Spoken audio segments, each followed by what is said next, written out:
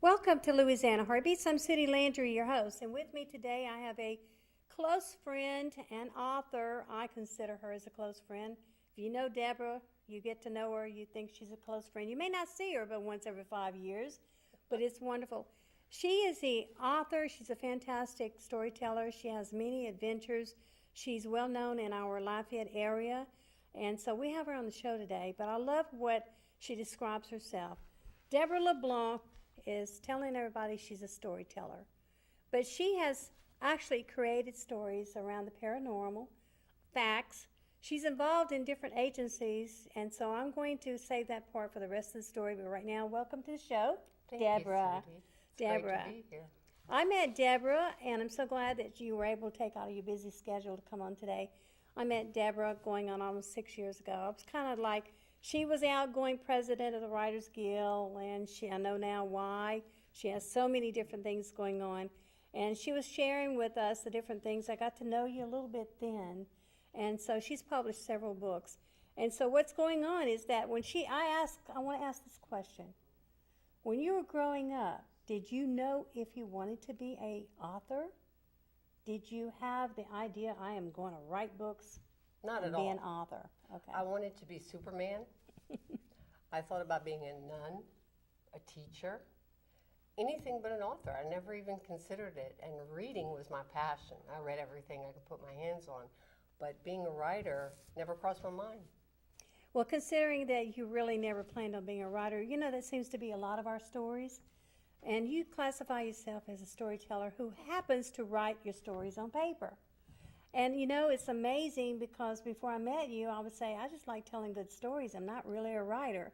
So when I met you those years ago, I'm like, wow, we have something in common. But I have discovered that we have a lot in common, like wonderful grandmothers who inspired us, who told us great stories. And for the people out there that are watching the show, the fact that you're involved in so many real fact situations and you incorporate that into your stories. I at one time was honored and blessed to be able to have purchased all of your books at a seminar you did for us, a workshop. Yes. And I couldn't put them down, and then I was amazed at the different types of writing that you did and how you come back. And so I enjoyed your books, and I never got to tell you. So several years later, I'm telling you, I enjoyed your book. Well, let's go ahead and let's look at that first book that's up there. We're going to share books, Acadiana, that she actually has written. She's written many before that. So let's go to the first picture and let Deborah tell you what this is about. Voices. Why? Why did you name it Voices? Voices actually occurred, it was actually first entitled Ghost Box. One of the things that we use in paranormal investigations it was originally called Frank's Box. It was put together by Frank Sumter. In fact, I own one of Frank's original boxes.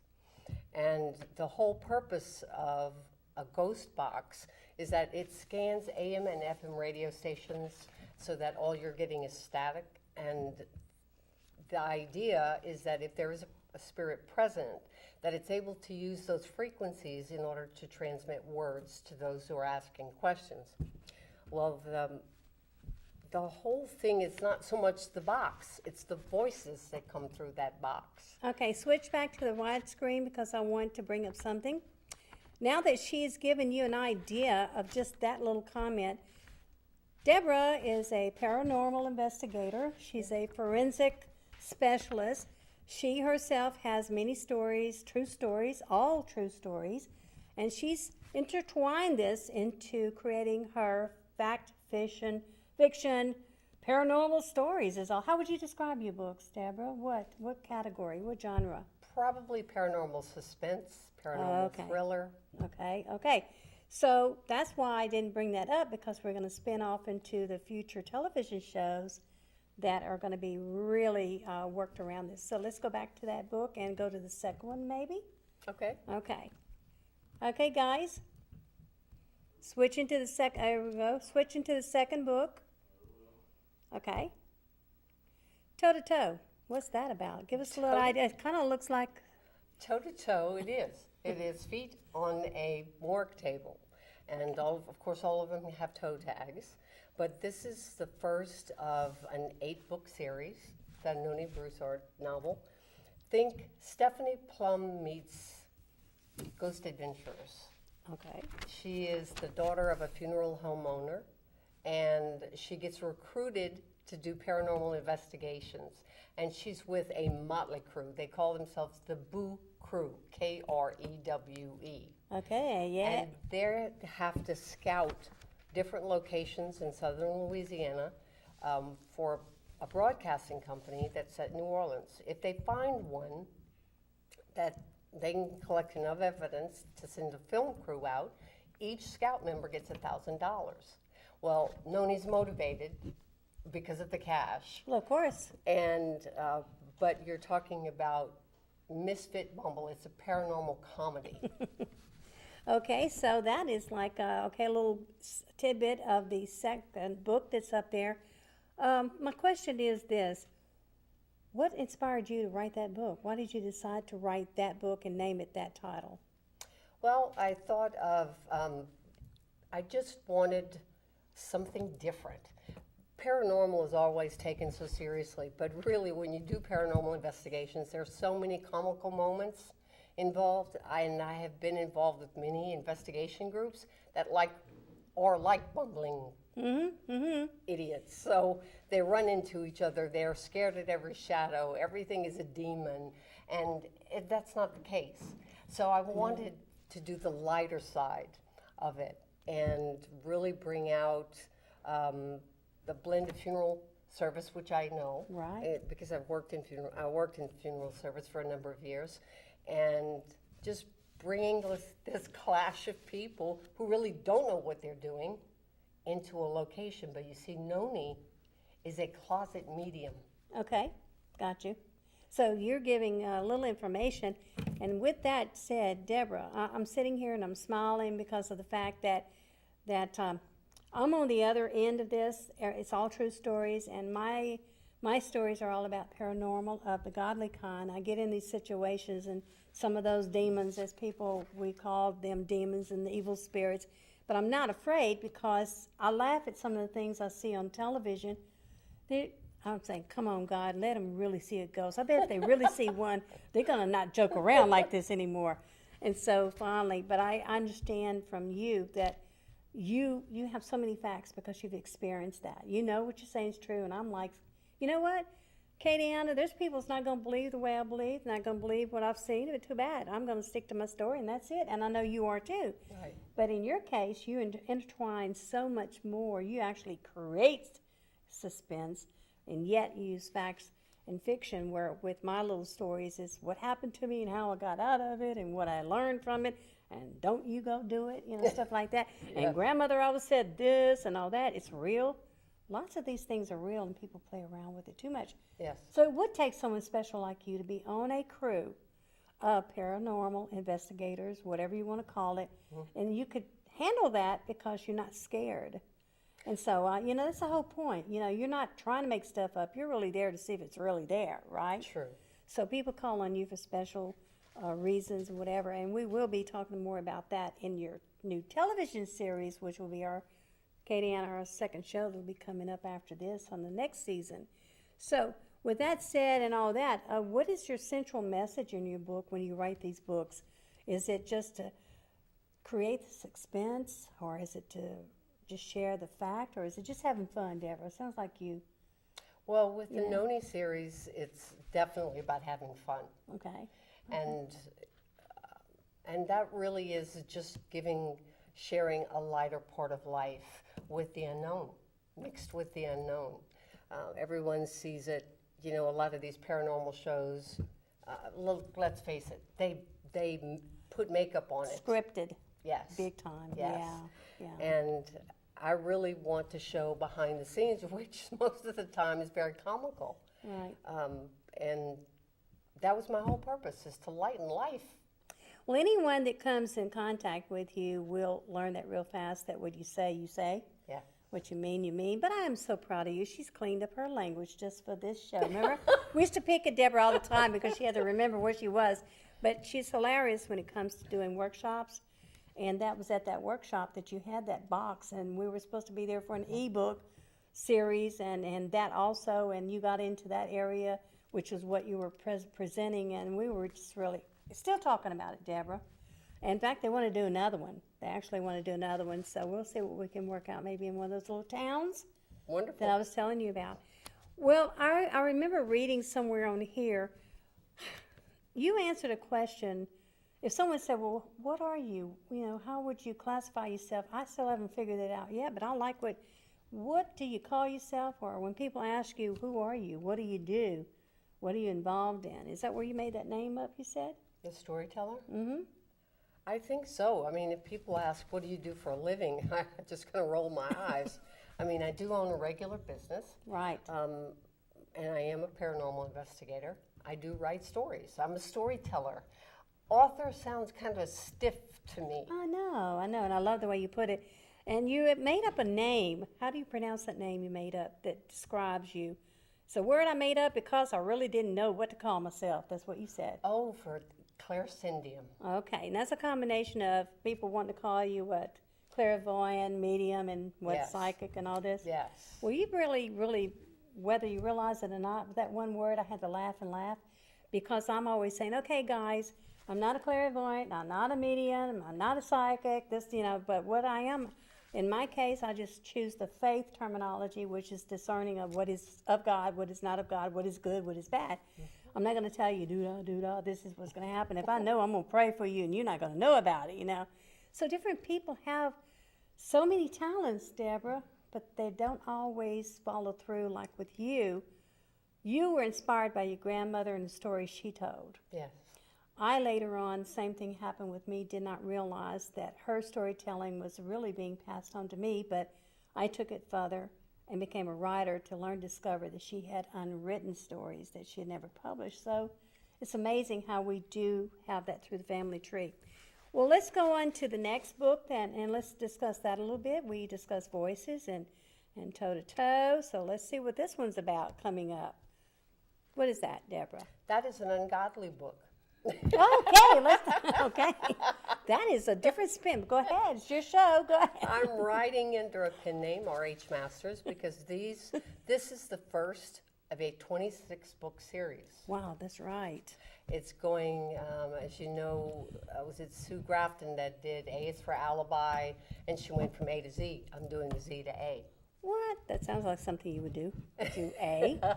But Wow. this is about the jinn, D-J-I-N-N, and the jinn actually is crossing over into the paranormal investigation realm. They're thinking that the jinn is responsible for a lot of activity, paranormal activity that's going on.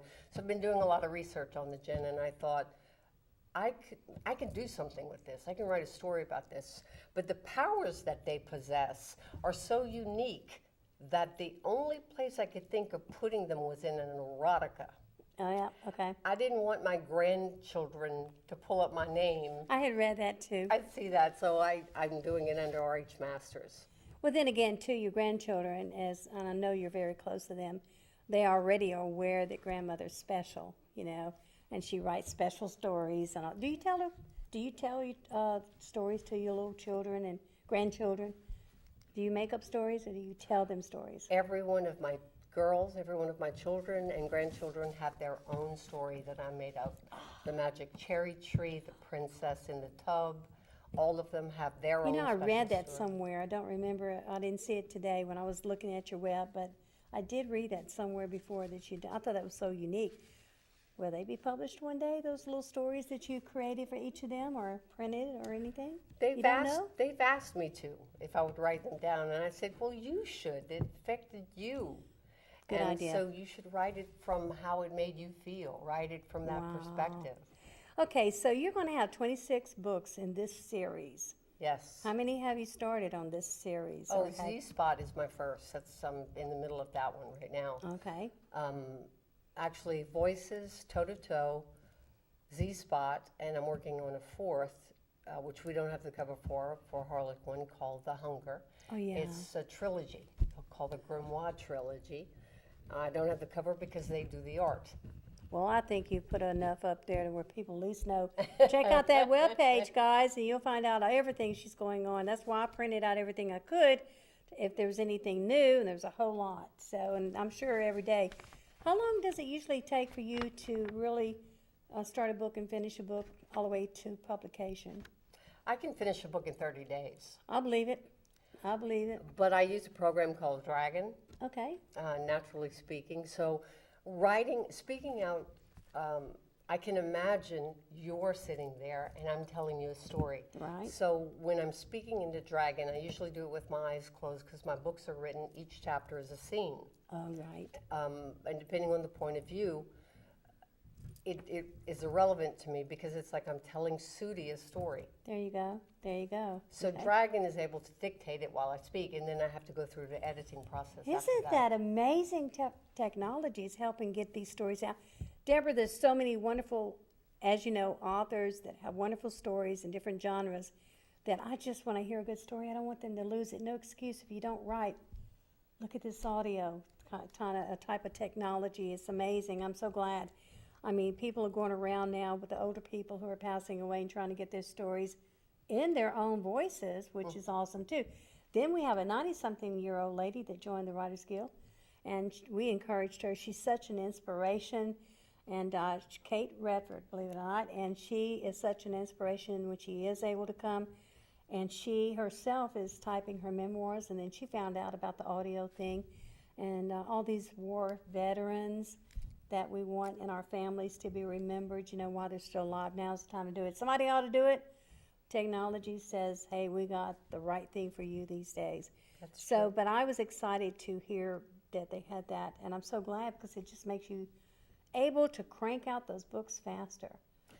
It makes you, Isn't that amazing? you're able to crank them out, and I'm also doing my backlist in MP3 Okay. downloadable, so. Well, you are a real, what I call, author.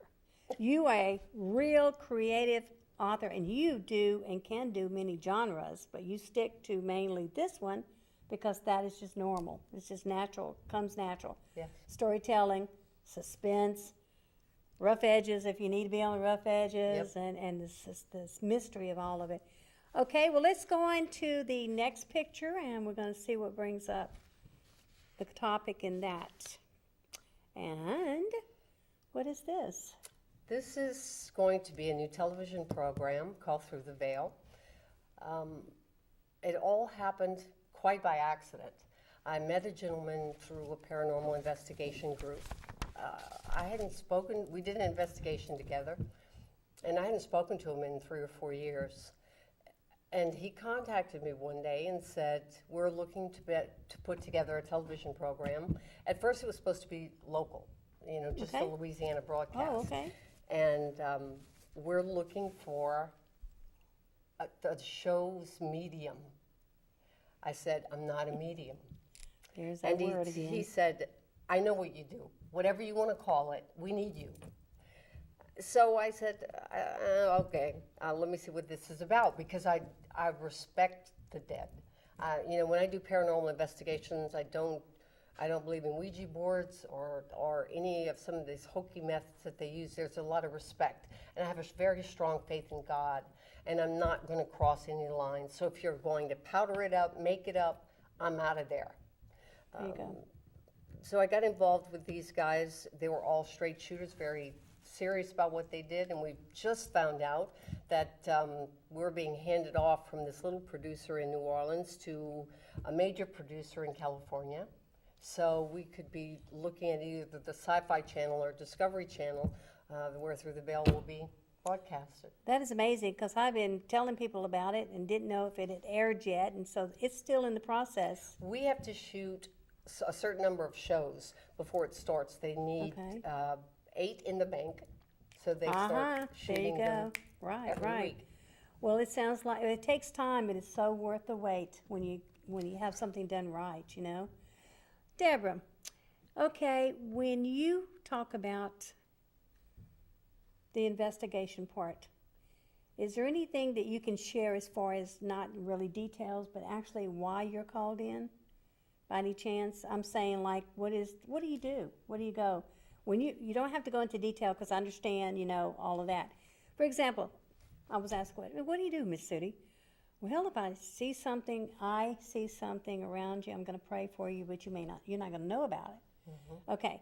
Or a friend will say, do you feel that? And if I feel something, definitely I will say, yeah, but I don't go in what you call sensationalize it, because I'm like Right. you.